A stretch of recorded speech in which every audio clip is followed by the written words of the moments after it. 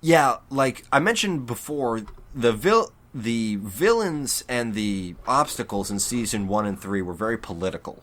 In Season 2, it really was, this kind of, magical monster man and the hubristic jerk who allies himself with him. Yeah. The force of all evil. Yeah. Like, people were like, how can we get a villain worse than Amon? Amon threatens all of bending. It's like, no. The villain in Season 2 is the source of all evil. And here's the clinch. That's not the word. Here's the kicker. Yeah. Yeah. He's a kite. And printed as gold! And you can't destroy him by nature. Like, he has to exist. Oh, so he's Ganondorf. Yeah, he is Ganondorf. Yes. That's exactly he's a what Ganondorf he is. kite.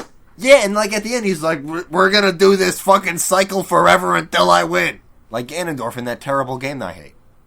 Remember that? Yeah, I remember Which that one are you talking about? Skyward Sword. Ah. At the end, Ganondorf isn't in it, but instead Akuma is. Akuma? What? Yeah, the final boss of that game is like a combination What was his actual name? Demise. He's a combination of Ganondorf and Akuma. From Street Fighter? Yes. Yes. Look him up. Yeah, that game sucks. That game is so bad. Anyway. But, like, the thing with, He looks more like a Bara Ghost Rider.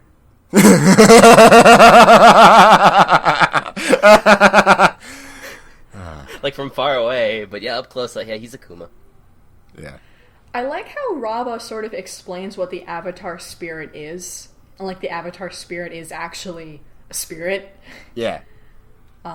That's existed for all these eons, and it's just taking human form. That's why there's a connection. It just Evil Dead's its way into another baby. Shut up. Oh, here's something that's kind of slightly relevant that I want to bring up. Does it bother you guys that it's called the Avatar State, and like that's clearly to me that's clearly a placeholder name that they didn't get around to replacing? Maybe it could be. Yeah, I mean, I've never cared. I always felt that it's like you could do better than that. Honestly, like in the third, like in this latest third season, I kind of forgot the Avatar State existed just because Korra rarely uses it so much. Yeah, because she can use it at will. That's one thing that happened at the end of season 2. It's like, oh yeah, I've mastered the Avatar State. That shit that Aang couldn't do because he was in love with Katara, I can do that, no prob. Even though I have a crush on some boy.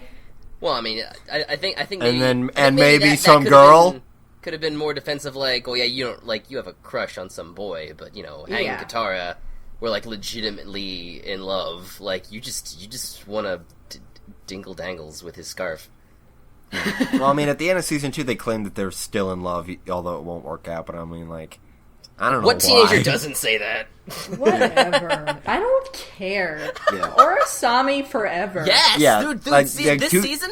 Are you kidding me? This is the only reason I kept watching. No, it wasn't, but that's definitely holy shit. Like just that part at the end where it's just like, if you need to talk, I scan up and down or anything. I'm here for you. Or anything. If you need me for anything. And at first I was like, oh! But then it zoomed out and I saw what happened to Korra. I was like, oh, I'm sad now. Yeah. I was so conflicted, like, it was because it was so crushing, but I also wanted to be like, that's girlfriends. Please be girlfriends forever. I need this. I have enough trouble getting out of bed every day as it is. So does Korra. Oh! Low blow. You're suspended. No. Oh my god. I apologize to everybody in the world. I don't. Oh. You're the devil. No, the devil is a kite.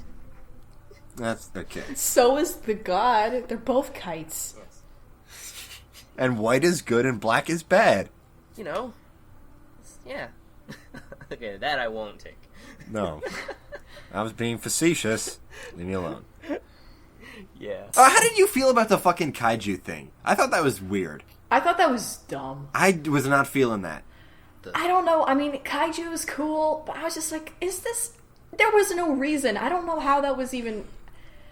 I still don't even know what happened. I just, like, I guess I am a sucker for that kind of spectacle. I was just like, she's giant and she's fighting a thing, like, yeah! Like, damn! I was loving it. Yeah. No Yeah. shame. And that was also kind of Deus Ex Machina, like, whatever the hell Jinora did, I just watched it and I kind of can't remember. Yeah, I don't... She, like, meditated in the Tree of Life or something. Yeah, I mean, Jinora No, that wasn't was cool Jinora. in That was season Korra. 2. Yeah, I know. That's what Yeah. Korra did, and then she turned Is giant. it- I'm saying what Jinora did. Like, did she bring Rava back? Yes. Basically, I think that's what happened. It's very fuzzy for me. The other important thing to talk about, I guess, at the end of Season 2 was Korra losing the connection to all the avatars. Yeah, they also didn't really touch on it that much in Season 3, really, at all. Yeah, they just brought it up really briefly, like, I Very need end. help, but I can't contact my past avatars. And it's like, how do you still have the avatar state, but can't contact the past avatars? That may have been why she didn't use it as much, because the difference in power is just not that big anymore. But then Maybe. again, we saw the finale, and that's clearly not true. I don't know. I don't get it. And if she lost her connection to the past avatars, then how does that mean the avatar is still gonna go on? Because Rava was revived, so Yeah, it Rava was like will they reincarnate started- into another. The cycle wasn't broken, it started all over again. So she's They accidentally- the avatar state is just like Rava's power. That's really all it is. They Yeah. deleted all the save. They deleted the save files, but didn't delete the program. They were able to recover that. Yeah, new game. Yeah. Korra's the first avatar again. That's why it's the legend of Korra. She's the most amazing avatar The second ever. first avatar. Was Avatar Juan's name a pun? I think Yes. it was a pun. Absolutely. Everybody on the internet couldn't get enough of that joke. I- I was just like, really, go to bed, you children. Just like how Neo in the Matrix is just one, with the letters flipped around. Yeah, That's th- dumber, though. Yeah, that is Those dumber. guys are pro. All right. Make I more guess we movies can go like into Speed Racer, season 3. Wachowskis. Yeah, season 3. Now, season 3 used the Deus Ex Machina not as a conclusion, but as its premise. Yes. With a harmonic convergence, or I was going to call it something else facetious. That's what it was. I'll the try to harmonic- bring it up. The harmonic convergence. It used You the know- Deus Ex Machina from Season 2 to do something else, this time, again. The harmonic convergence happens, and now all the spirit world and the human world, there's no border between them. They sort of flow Just- in and out of each other. They can pass back and forth between the two worlds whenever they want. But what's really more of the Deus Ex Machina is that it sort of like rebooted the world in a way so that a bunch of randos got airbending as a way of trying to restore balance. Yeah. Now, again, this was the only way they could have done it, is by Deus Ex Machina. Either that we're going to have to wait through generations of Tenzin's descendants breeding with people, and it take forever to rebuild the Air Nation.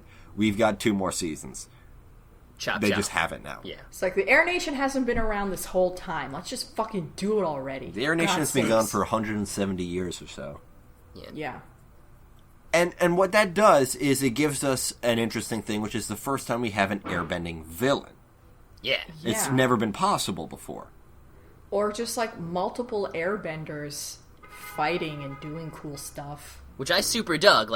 This season, I thought this was a really solid season all around. Me I think it was definitely the strongest one. And advanced airbending techniques, because we never got to see advanced airbending techniques in the old show. Because there's so many airbenders, we got to see all the amazing thing airbending can do at its like finest level. Yeah, even like Aang only knew airbending. Like he was like 12. How long? Probably less than a decade he was trained in airbending. So even he probably didn't know all that much. I mean, he was technically a master, but you know. That's because there was no one else to test him. Yeah. Well, yeah. no, he got his tattoos when he was 12 before everything happened. I guess it's just it's just hard for me to believe that you can learn enough to be called a master in that short amount of time. Like I guess Jinora did it. Yeah, I guess maybe master just means like, yeah, you got it. You Yeah, can like, take it you- from here. You don't need to be taught anything anymore, but Yeah, you don't need to be taught anything. You can just figure stuff out on your own and like go to master level techniques. yeah. Like And it was also- airbending grad school.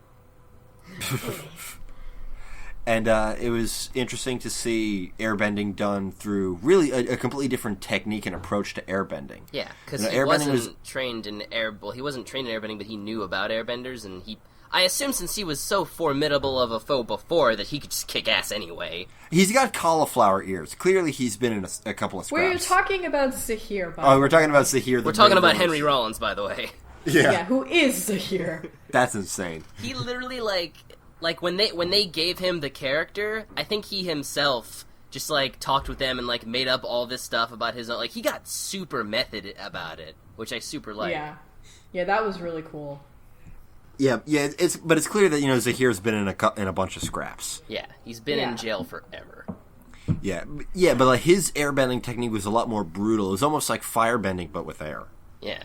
Yeah, it was pretty crazy to see airbending used violently. Was like so shocking. Mm-hmm. And of course, there was that one super shocking scene where he killed the Earth Queen by pulling the air out of her fucking lungs. Just straight up murdered an old woman on Nickelodeon. He pulled the air out of her lungs and created a vacuum, so she couldn't get more air. Yes. Yeah.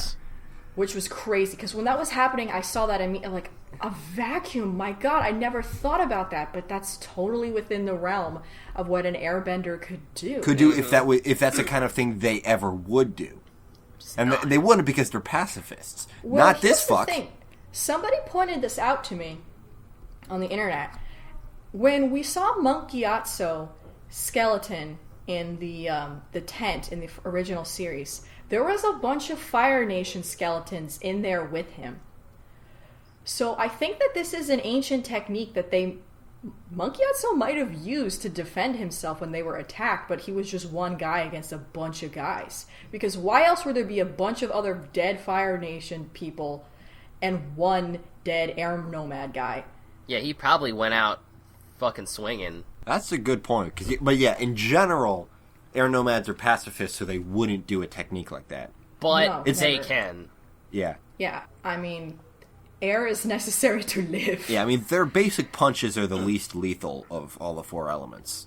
Yeah. Yeah, they just kind of blow you back. I mean, the most harmful thing they can do to you is push you off of a cliff. Yeah. And the thing with this season is that because viewership was so low, like, it was actually really bad. In the middle of the season, they stopped airing it on Nickelodeon and started airing it only on Nick.com and other licensed streaming sites. Like, I think Hulu and Amazon have it as well. After doing a commercial where, like, Legend of Korra, you can only find it on Nickelodeon, the TV show network. Oh, you're not watching it? Well, fuck it. We gotta make more room for SpongeBob. Yeah, after they already premiered it super fast with not a lot of promotion, which they also talk about in the Nerdist podcast, although they talk about it in the sense of, we just make the show, you guys. We were just as confused as all of you, and we don't know why they do the things they do. So it's it was to because prevent 3 leaks. episodes got leaked. 3 episodes, actually, like, in the middle. Like, that was the one thing that they could talk about, was that actually was not the reason. That had nothing to do with it whatsoever, and that, like, the higher-ups at Nickelodeon and, like, the higher-ups, like, they don't actually give a flying fuck if stuff gets leaked. Like, it doesn't matter in the grand scheme of things when they're trying to run, like, multiple shows on multiple networks. It's a drop in the bucket to them. I mean, creators usually hate it, but... Oh, yeah, creators hate it, but, like, all the higher-ups, like, they're not gonna do something that drastic, like, rush the show out. Like, there was another reason why they rushed the show out, but they were, like, legally obligated to not be able to talk about it. Just purposes, like nothing like super. But what I was getting to is that I saw somebody, reblogging that image, that GIF set of him suffocating the queen. It's like, man, the internet only episodes have been a lot more brutal. I wonder if that's intentional. Obviously, it's not. The TV production cycle doesn't work that way. The whole series was done by the time it premiered. Absolutely. True. But also, it was an interesting coincidence because what? Those last couple episodes with all the death and stuff, I was just like, this is not a kid show anymore. Yeah. I don't think it is a kid show anymore. It's sort of like going the Harry Potter route where, like, the audience is growing with the show, so it's like, we can get away with more shit now, because you're not Everybody's 10 anymore. Kissing and dying! But there was a lot of deaths, and the original show didn't have It had one. any deaths. It had one death, and it was off-screen, and it was extremely implicit. Like, the creators had to say later, yeah, Jet's dead. The main characters weren't killing people. That's what happened in the season finale. People main characters were killing people. Dude, that brutal, like, I forget her name, the super tall, Sparky Boom Boom girl. Pilly, yeah. voiced by Christy Wu. Dude, that was... Her head explodes! Well, her head explode. Yeah, and it was like just, it happened so quick, you're like, whoa, wait, what? Yeah, like, I had to, like... I rewound it, because I was like, what just happened? Like, did I miss something? Did they cut something? Because that was like, excuse me, oh my fucking god. Because it was such an explicit death, but they still couldn't show it, so technically you didn't see, like, maybe 2 seconds of animation of her head gone. That's what you missed. Everything else was there. Yeah, pretty much. And then, freaking, what's her name? Ming Hua, her death was brutal too. When she was electrocuted? She was electrocuted. Yeah. And Mako just straight up electrocuted her. And, like, even then he had that face where he was just like, I killed somebody. Oh, jeez. This is like, gonna be even more that. angst I have now. I hope they address that because, that's a big step in life to fucking kill somebody. What happened to the even if they're... what happened to the Earth guy? What happened to Lavaman? He basically, like... Oh, yeah, he burnt down the whole place. He's like, I'm taking you with me! No. Yeah. One thing I have to ask, well, I guess it's like, Bolin confirmed that it's an earth-bending technique since he can do it, but for the longest time I was like, is lava bending earth or fire? Like, I don't know. There's a theory going around that because Bolin's mother is from the Fire Nation and his dad is from the Earth Kingdom, that's why he can do something like lava bending, because it's earth and fire. I'll buy that. That does make sense. I mean, it's not fire, it's melty rock, but I'll buy it. It's heat. Yeah. It's yeah, heat. I'll buy it. Yeah, fire is... But, like fire during is just... his... Have you noticed that every season has several jailbreaks? Oh, they kept... Korra got captured so many times. The whole series, Korra just gets continuously captured. And in this season in particular, it was ridiculous. Aang didn't get captured that much. There was like that one episode where it was a big deal that Aang got captured. Was that the one where got captured, Katara like... used her sweat to cut through the wood? No, that was when Katara got captured. Aang got captured in the Blue Spirit. Yeah, that was like the second episode or something. It was in the first season. Yeah, it was early. But he wasn't getting captured 24/7. No. Korra's getting captured 24/7. Well, I think that... Well, I think that makes more sense because, like, well, in both series you have people specifically out to capture the Avatar, but in Aang's globe-trotting on a flying bison going probably ridiculous speeds, and Zuko's on, like, a boat. So... Also, there's radio communication in Korra's world, so people can communicate to say, she's over here, and also she's over here. Korra's personality is literally like, fucking try to capture me, see what happens! Oh, wait, you captured me. Yeah, like in Season 1, she did that Iron Man 3 thing where it's like, fucking find me and kill me! She is a bull, and Republic City is the China shop. That was really dumb in Iron Man 3. Moving on. So who voiced the other Red Lotus? We got... Ming Hua was voiced by Grey Delisle. She was the one with no arms. Peely, like I said, was voiced by Christy Wu. Zahir, Henry Rollins, and... Lavaman. Gazan was voiced by Peter Giles. I really liked the Red Lotuses, especially towards the end, when, like... Because when Bolin and Mako got captured by them, like, they honestly seem like okay people, oddly enough. Weirdly enough, they just super believe in Zahir. That scene where Bolin's like, I'm gonna guess what your origins are, and the guy's like, yeah, 2 out of 3, that's not bad. And he was joking about the third one, which is them not having the secret attraction, I think. Yeah. I mean, that could have been interpreted a lot of ways. Your mustache grew in when you were 10. You were raised by your sister. And they were all fantastically designed. Oh, I mean, Pelle's 12 feet tall with the braided mohawk. She's so cool. And Zahir has to, like, stand on his tippy toes to kiss her. That was great. That was really endearing. And she could, like, curve her brain bullets. Kind of. Yeah. The sound effect, too. Yeah. One thing I kind of like about this series is that the bending always uses the same sound effect. There's one sound effect for fire, one for air, one for water, one for earth. I guess there's also one for ice. And then they do the pow for the combustion. Oh, yeah. But yeah, that pop is so hoping... satisfying. It's just such a good noise. I know. But no, like I was hoping that sentence you said earlier. She, like, just out of context, she can curve her mind bullets, like, just so nonchalantly. Like, that's what this show is. Just wizards. Yeah.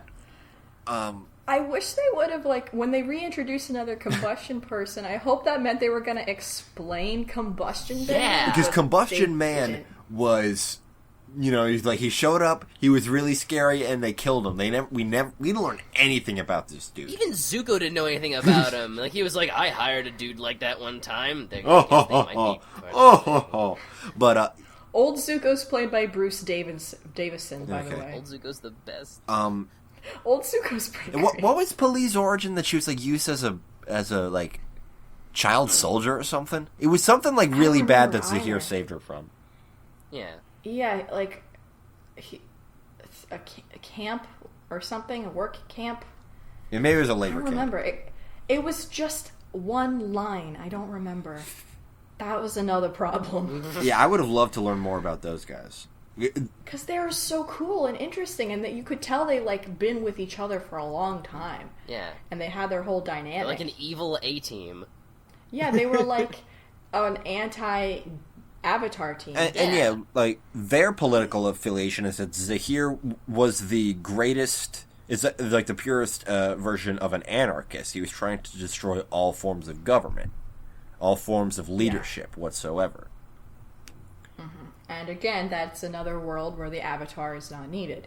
Yeah. And also another version of corrupted balance. And I guess we forgot to mention that the whole thing with Unalaq, it really is, like, tiring to remember all the Water Tribe names. It is Unalaq. He was part of the Red Lotus. Yeah, and, he was like, I'm going to replace the Avatar with a dark Avatar. All right, Nintendo. And this is going to be, a more a thing that has a greater purpose in this modern world. Yeah. Because I guess a lot of the show is just, this world is really changing, and it's so much different. And all these ancient traditions don't seem to have as much of a place in it anymore, and it's just sort of the struggle between the old and the new. Yeah, and they really like that's the one thing, because we mentioned it before, that how the ending of season 3 hopefully obviously leading into season 4 is really starting to actually tie the overarching themes together. And I didn't even really realize that, like, each villain in its own way they were all saying, like, we don't need the Avatar anymore. And so I think that this is going to be another example of, like, everybody bitches while they're watching it, but then once the last season shows up and it's all wrapped up, it'll be remembered a lot more fondly as a complete cohesive thing, like the last Airbender was. I think so. I just looked it up. Pali was trained by a warlord to be a personal assassin. Okay. Cool. So yeah, bad news. But that's all we know about that. Yeah. Really. We know that Zahir was very fascinated with air culture, air nomad culture. He's a real dork-ass nerd for it. Yeah. And he manages to master the most ultimate airbending technique in the history of airbending. He can fly! Yeah, he can Dragon Ball Z fly. Yes. Which is... As opposed to Iroh's Iron Man flying. Which makes sense. I don't know, I never thought about it before. Like, why can't they just straight up fly? Well, I think it's because they wanted to challenge the animators more. Because, I mean, they flew in DBZ because it was easier to animate. Yeah. Well, I mean, they could fly in the manga. Yeah, it's easier to draw. Well, here's the thing. Zahir flies, and it wasn't easy for the animators to do all those scenes. I'm sure. Yeah, because this show had animation standards and a budget. But also, that fight scene was the best fight scene they've ever done. Yeah. In the history of the franchise. Yeah, it was insane. Period. End of story, I'm calling it. So great. Yeah, because, like, now we can theorize, because we've only seen 3 experienced airbenders in this show. Aang, Tenzin, Zahir. And Jinora now. And I guess Korra. Yeah, okay. Shut up, you're cheapening my point. they did that whole thing with Guru Niptuk. Lahim? I feel like it was more percussive than that, but it was a guy who taught him about his chakras and like letting go. Oh. And he's like, if you can let go to all your earthly connections, you'll be, you'll awaken your full potential. It's like, I can't, let go of my friends. I can't let go of the person I love. That's why I'm the Avatar. The whole point of being the Avatar is that I'm connected to the Earth. That would be defeating the Whereas, point. Zahir was able to unlock it once the love of his life died. Maybe a little earlier than would be expected, kind of like a no mourning period, but, we had to rush this along so we could get to the part where... And he was also preparing for it ahead of time, too. Like, he was practicing. Yeah. And, we had to get it out of the way so the Korra could start throwing mountains at him. Yes. Granted, he was still connected to his ideals, which is a very earthly thing, yeah. isn't it? Or are ideals not earthly? Yeah, it definitely is. Also, here's one thing. The metal bending rules in this universe are so arbitrary. You can't metal bend platinum, but you can metal bend mercury. Yeah. I mean, whatever, but it's like, it's... Well, I guess because platinum is like the purest metal. Says, according to who? Zales? That's bullshit. I mean, the idea of being able to bend, if anything, mercury is the least believable to me, because it's unlike anything else. But they had to get that phone out of her somehow. And into her. Yeah. Oh, yeah. That is how mercury would get into your body, or just go through the skin. Yeah. Yep. There's some new characters in this season we haven't talked about. Like Otaku. Oh, yeah. Otaku was the most important character. How about Kai? I was like, are we sure they haven't already had a character named Kai? Nope. No, they haven't. Yeah, he's one of the kid who gets airbending, and he's a little shit, but Janora wants to kiss him. And he turns out to be... He's got cool hair. And he turns out to be an okay dude. With an adorable babby bison. Who everyone... Like, when they all ride the tiny bison, and Asami just, slides off. So cute. All the bison are so cute. Bison are best bison. Yeah, I love in the season 2 episode where Iki runs away and she's got the bison tea party and they're just flopping all over each other. A bunch of idiot great. Puppies. They're So puppies. great. Another interesting thing, now that we're talking about the Airbender, is the that whole conflict in the beginning where they were like, okay, let's, go gather all these airbenders from around the world and make them join the air culture. So they're going to these places that people are like, I don't want to go anywhere. I have a life and a family. And none of them considered that possibility. Yeah. Yeah. Not only would they abandon their lives, but they would abandon their lives for one of complete asceticism. It's a pretty drastic change. It's not just being... And Tenzin's pitching it to them like it's the best thing. You don't get to do anything. Isn't that great? You can't jerk off anymore. And he's like, you're part of this culture. And it's like, I already have a It's culture. I'm not part of this culture. They were already born where they were born and grew up with their own culture. Now it's like, no, you're an airbender. You gotta do airbending stuff. Yeah, it is an interesting conflict because he's given this opportunity that we talked about. It's this burden that he's been born with, that he has to continue this race. And he was given this opportunity that he thought he would never have. And he thought he had the opportunity to see the Air Nation revived, at least a little bit, within his own lifetime. So I can see where he could have gotten so excited that he forgot, oh, my lifestyle's difficult. I forgot. People really like the taste of pork. Imagine all the pissed off air acolytes who didn't get to be airbenders. Oh my god, yeah. That thought just occurred to me because they also weren't in this season for some reason. Oh yeah, where'd they go? I don't know. I guess they were in a different temple. They went to go cry because they're not airbenders. Look, screw this. Another new important character is Lin's sister, Su Yin, voiced by Anne Heche. Heche. H-E-C-H-E. I believe that's Hesh. Heche. Wait, spell it again? H-E-C-H-E. Okay. Heche. Oh, actually, we forgot. We were talking about deaths. We forgot to mention that Amon and Tarlok blew the fuck up in season 1. Yes. Like that scene. Mushroom cloud. That scene blew my mind. I'm like, holy crap!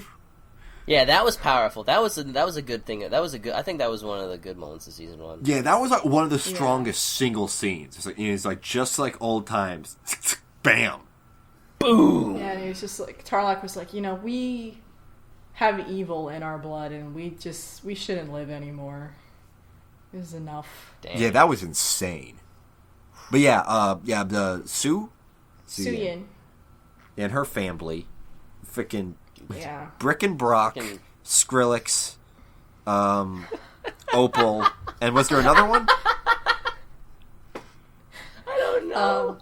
Yes, there's the oldest son who was the architect Skrillex. with the father. I mean, he had the Skrillex hair, and the other two were just two interchangeable dumbass jocks. And whenever I see two interchangeable dumbass jocks together, their names are Brick and Brock, which is, of course, a Bim Bam bit. I mean, they even... I liked him. I hope he's in season 4. I hope Skrillex is in season 4. Yeah. He was like, my statue! Oh, it's clear now. Art student. Yep, pretty much. Damn. Art student characters are, like, the best. Yeah. Yeah, and then her traitorous trait about husband, Iway? No, not husband. Wasn't her husband? First in command. What was it? Who was her husband? He was a truth seeker. Her husband was the architect guy. I thought that was the oldest son. Or are they both architects? The oldest son took after the father and works with the father. I like that She better. married an architect and built a city. All right. With him.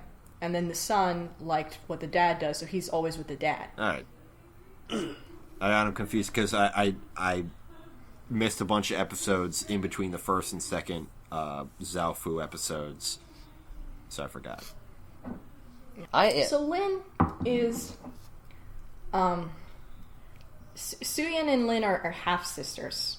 We find out that Toph didn't settle down with one person like all the shippers wanted her Big to. surprise.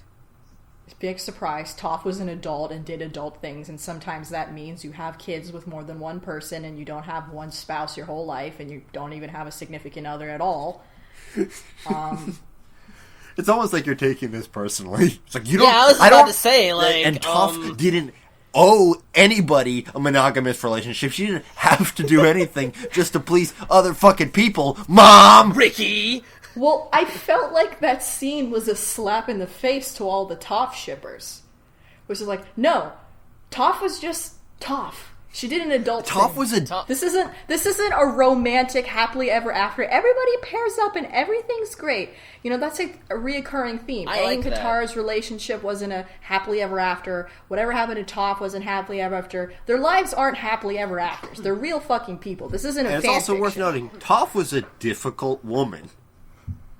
Oh, yes. Ai was voiced by my boy Maurice LaMarche. Ooh. Sorry. But my problem with the whole Suyin Lin thing is that, Lin really doesn't like Suyin. When they arrive in the city, she doesn't even want to see her. She's mean to Opal, too, which to me was, like, pretty harsh. And when we find out why... I expected like this really big dramatic thing, and we did get a flashback, but I feel like it really didn't flesh it out enough. She's like, I hate you because you made Mom quit the Force. Like, I don't know if that's enough of a reason to like not even want to talk to your niece, who's just like, hello. On the on the surface, sweet. On this I agreed that it wasn't as bad as I expected it to be, but like just thinking about like some family stories I've heard, like I do know people, like I know like parents and their children who just have a really stupid petty argument, but one or both of them is so ludicrously, unashamedly stubborn that they do just, like, not even talk about it, and it just builds up upon itself. Yeah, the grudge escalates on its own merits. It's a Capulet-Montague type of thing. It doesn't even matter why it happened, it's just the fact that the grudge exists escalates it. But they didn't really. But they could have touched upon that, which they didn't. So it did. Yeah, they could have made it because it just sort of seemed like, this one thing happened. Sue Lin was kind of a shit kid. She made some mistakes and then she went away. And she also gave Lin the scar. That's something. Yeah, she did do that. Yeah, that was my what moment. Yeah. Here's the thing with metal benders. Wouldn't wearing metal armor be really dangerous against other metal benders?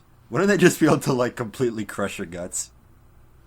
Yeah, that's weird. Probably... I mean, because, metal bend... Apparently, just because, metal... I assumed that just because metal bending's so hard to do, and, Toph literally invented it, that there aren't that many, and the only people who know it were either taught by Toph or taught by Lin. And, are probably on the Force. Let's hope so, because otherwise we're going to get a lot of crushed cop guts. Just crumple those bastards up. Yeah. And then I felt like they sort of resolved the conflict a little too quickly.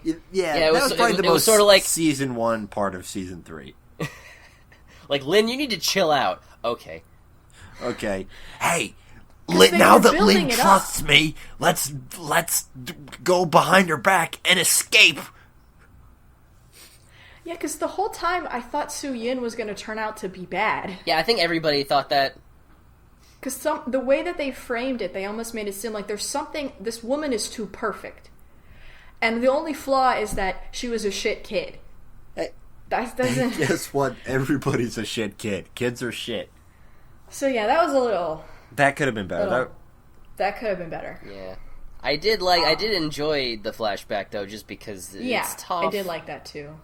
It's Toph being a probably not great mom. Being a bad mom. Yeah. Why, you'd think Toph herself would know herself well enough to be like, I probably shouldn't have kids. Well, maybe she didn't know. I mean... She was probably just doing whatever she wanted and she got pregnant. She was probably or she was probably like what? Kids are just they're like dogs, right? I just need to feed you. You're not dead. Yeah. You're not dead. I did it.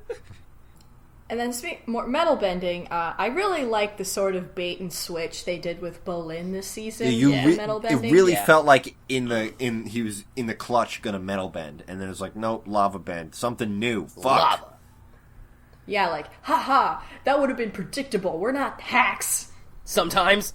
But yeah, it was just sort of they did do that, but then on the other hand, anytime everybody, because they had all those red herring moments where it was you gotta metal bend right now, and then you just watch it going, well, he's not gonna metal bend.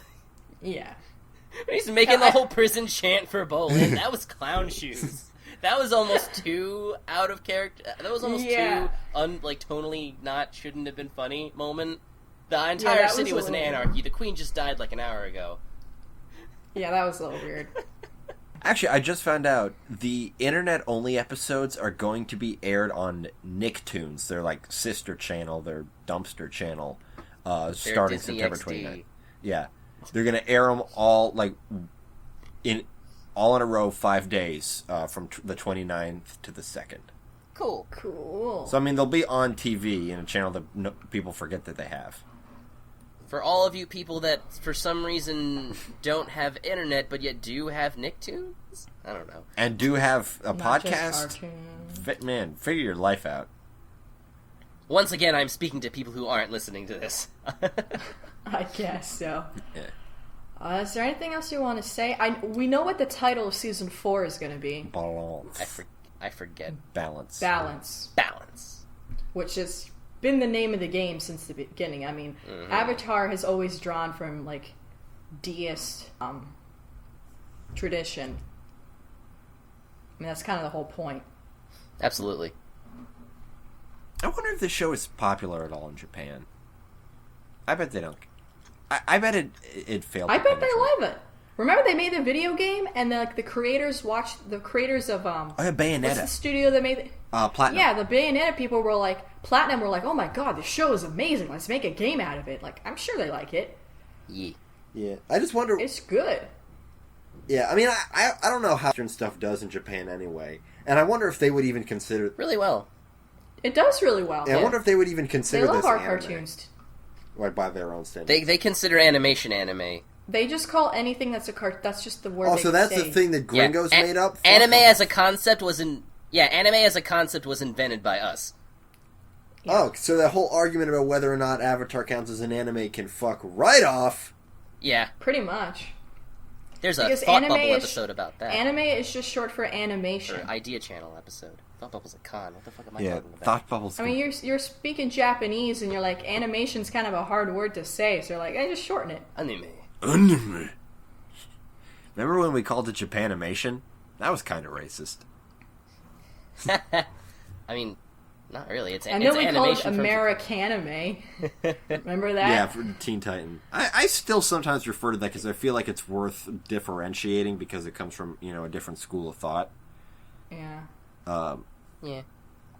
But And then there was that anime Panty and Stocking, which took directly from Western-style cartoons. Yeah. Not only in style, but also in format, in that it was split into 2 little episodes within a half-hour block. Also, literally every reference was something American. Every movie reference, every cartoon reference. They turned into Transformers at one point. Yeah.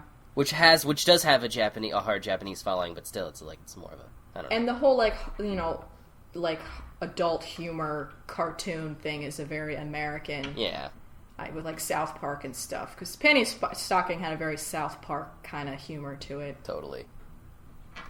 Despite looking like Powerpuff Girls. That's another thing. The art style was more Western. Yeah. I love the border between is stupid and dumb. We should talk about Panty and Stocking. If you can make me watch it. I'm very hesitant to watch. Hesitant to watch an anime with that name because of my hang-ups. Whatever. Are we good? Are we just in general or about the show?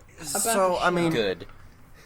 The thing with Korra season 3 is the first time that they kind of really found their stride pretty consistently. It's the best the show's ever been, and I feel like it's the first time it's ever been on Last Airbender quality.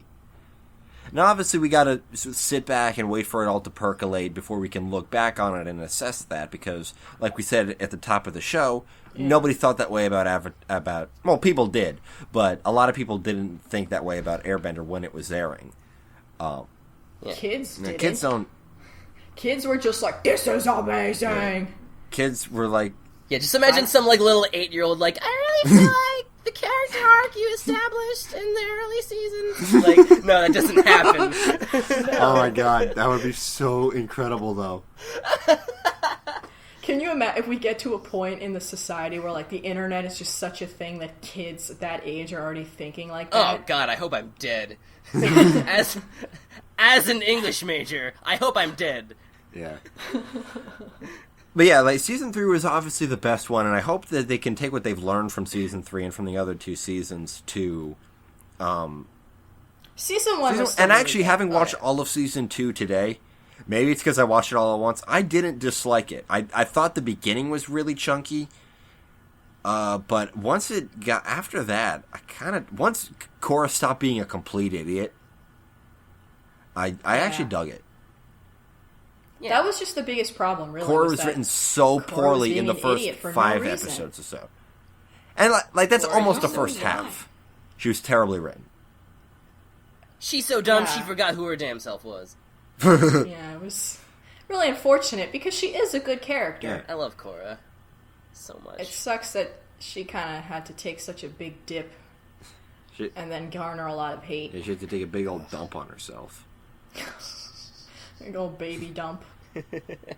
And then she got mercury poisoning. Yeah. Yeah, that was crazy. That finale was amazing, but hard to watch. Yeah, the idea of her so vulnerable at the end, so weakened and so and she's been vulnerable so many times too. They also drove home that how many times has she been in this position since starting to be the Avatar?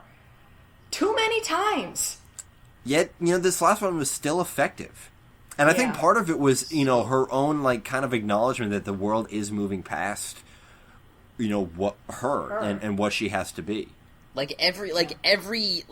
Every year she has to try and, it's one thing, Aang was just oh no, someone's trying to take over the world, but everyone's been systematically we don't need specifically you or what you stand for anymore. We're trying to get rid of everybody you. was like, we definitely need this fucking kid because we're on fire. Yeah. Yeah, we need people were upset with the Avatar, but they still needed They were upset with the Avatar for not doing his job. They're upset with Korra because they feel that her job is superfluous. It's a very different thing. And even when they do feel like they expect so much. I almost feel like the people in Republic City and the rest of the world treat her the same way the fans kind of are. Definitely. They want the Avatar, but they don't want the Avatar that Korra is. Definitely. That first episode of the season was a total parallel of just the creators talking to the fan base. Everything that comes out of Korra's mouth in that episode is the creators talking to us and all of our grievances. Even the title, A Breath of Fresh Air, here's what you wanted. And change. Get it? Change. We want to do something different. Change is good. Get off the our whole back. thing was get off our back, this is what we're doing now, please. It was very obvious, especially when Korra was talking to that guy when on the bridge, and she was I know that things are hard, but you gotta trust me, and blah blah blah. And when Korra was talking to Tenzin that same episode too, it's the same thing. Meta-narrative. So, meta-narrative, totally. Meta-narrative done right and not self-aggrandizing. It's so easy. The ending of this season finally introduced consequences. Yes. To this whole thing. Yes. That's another thing. Is that, we've talked, they're having situations where she's been vulnerable. She's always bounced back almost immediately. So there's been no impact to it. Yeah, the second season, she lost her connection to the Avatars. Oh, that's horrible. But then it didn't actually seem like that bad because it's not actually affecting her life.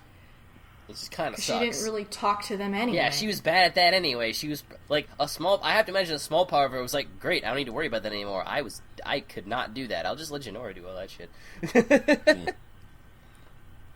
But the end of this season was really you guys want consequences? Here's a whole entire series worth of consequences all at once on this character.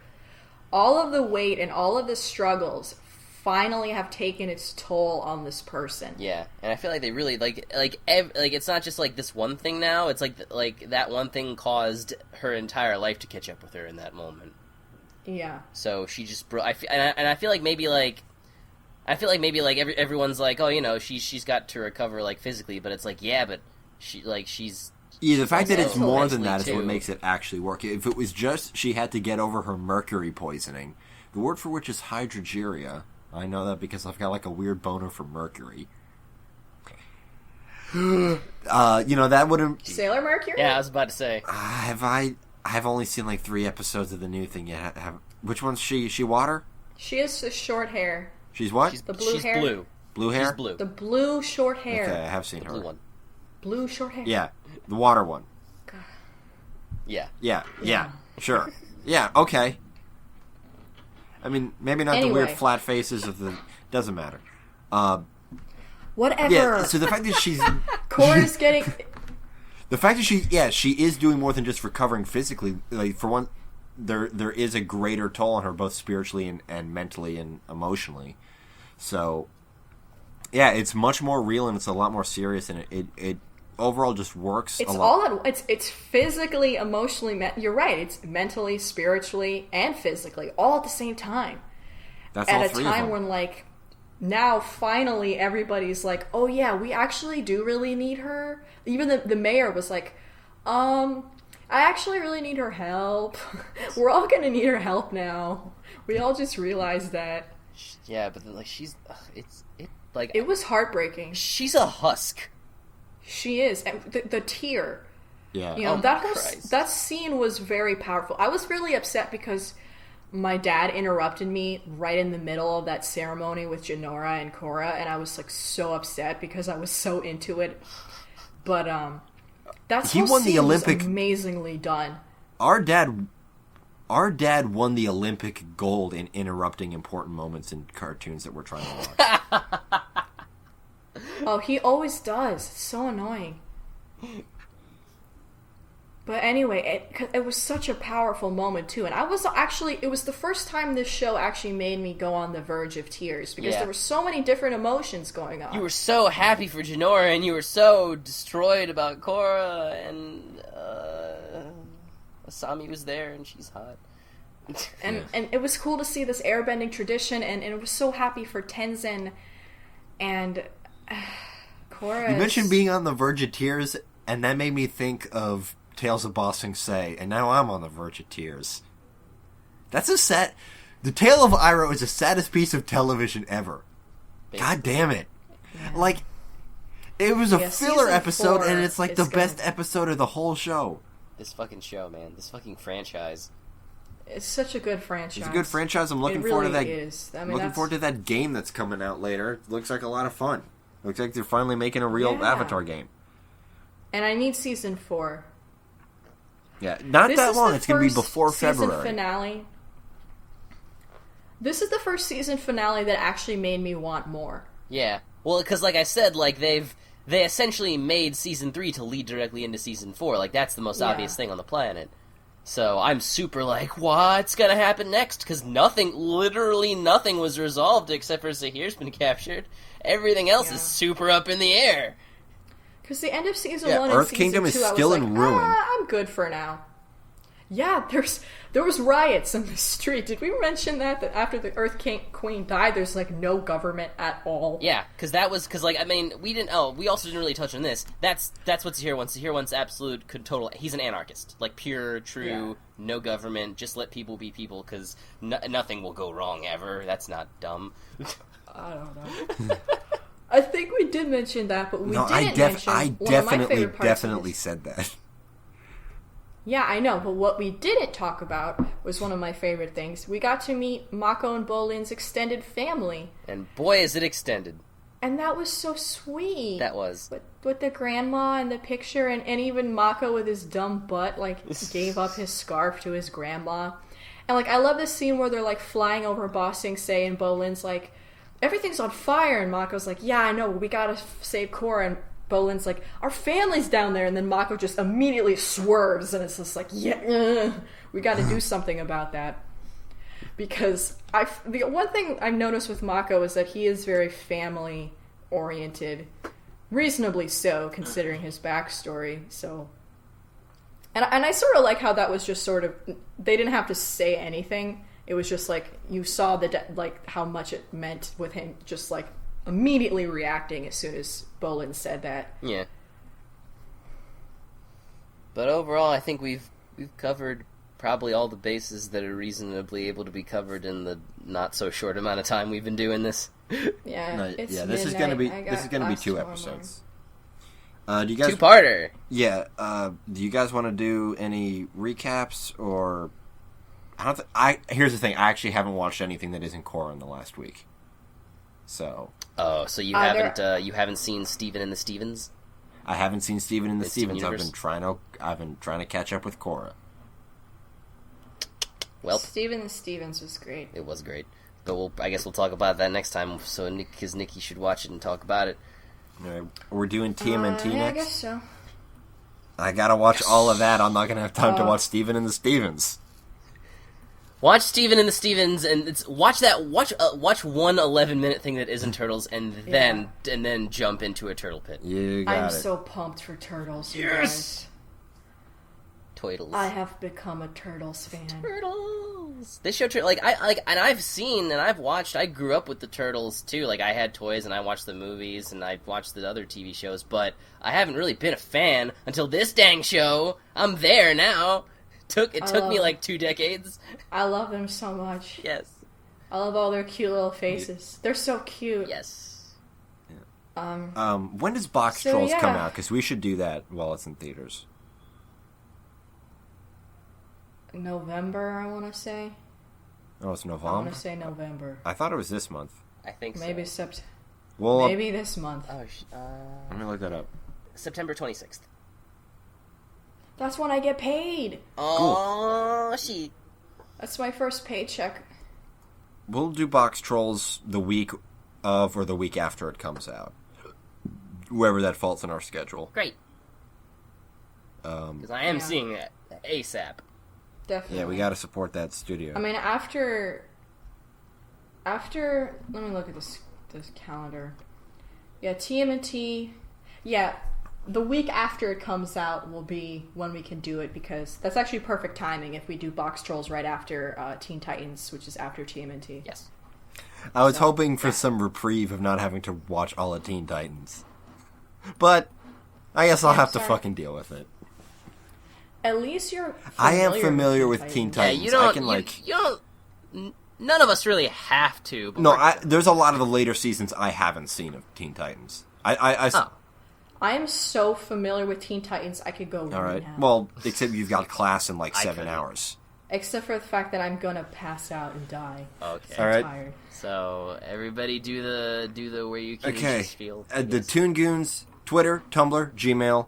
I haven't checked the Twitter to see if anybody did anything with that Disney Vault thing. I don't think. I mean, the episode had. The thing is that there's not that much time in between the episode being released and us recording for us to do that. So maybe I gotta like get better at editing. We'll follow up later. Yeah. Tumblr, you can reblog us, ask us questions. Little Bunny Frou Frou reblogged us to her followers and said, please listen to the Toon Goons. I beg of you. That was in response to our Freakazoid episode. Good. Which a lot of people really liked. And we've gotten some requests and stuff, so, send all that stuff our way. Comments, concerns, critiques, suggestions, whatever. Yeah. You can find us on iTunes. Please, somebody follow us on iTunes. There's really no way for us to track that, I don't think. No, I mean, I just want to get a review or a rating. That would be so nice. Because that's how iTunes knows you exist. Yeah. And that's how more people can find out about us. It's all statistical. All right, so it's midnight. I got work in the morning. Nia's got class in the morning. And I'm sick. And Tooch is on his deathbed. Not as bad as Korra, though. Man, you're such a mean man. I'm still like, while we were recording, I had to bite my finger because I kept laughing at my joke from like an hour ago.